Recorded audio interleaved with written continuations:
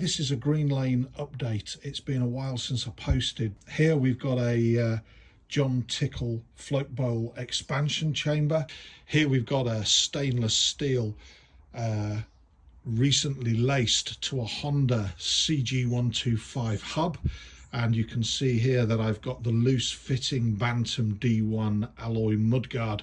I think, to be honest with you, I'm going to go back onto CAD and have a look at all of the dynamics, dimensions, circumferences, and measure up and come up with a better idea. But of course, I'm really keen to keep the appropriate alignment on the circumference of the wheel for these very expensive Speedwell OEM mudguards that I've got.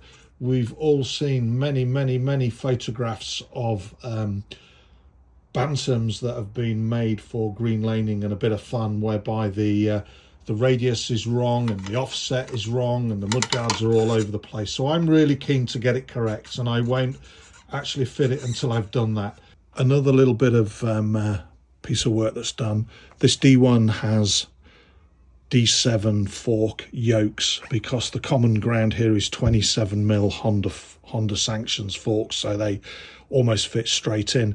But it does need to go from the D7 plate with the pinch bolts holding the forks to the D1 plate to retain and keep, and I still want to keep daylight lights on this green laner.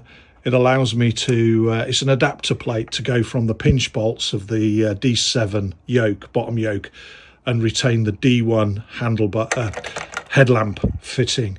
So that's a proof of concept. I'll take it into the workshop and clean it up. At the moment it's got masking tape, and you can see there it's D1 1951 BSA Bantam written on there. Let's take a look at one of the other pieces of work that's in progress. So I'm purposely not going in too close, but it's a 2-pod affair.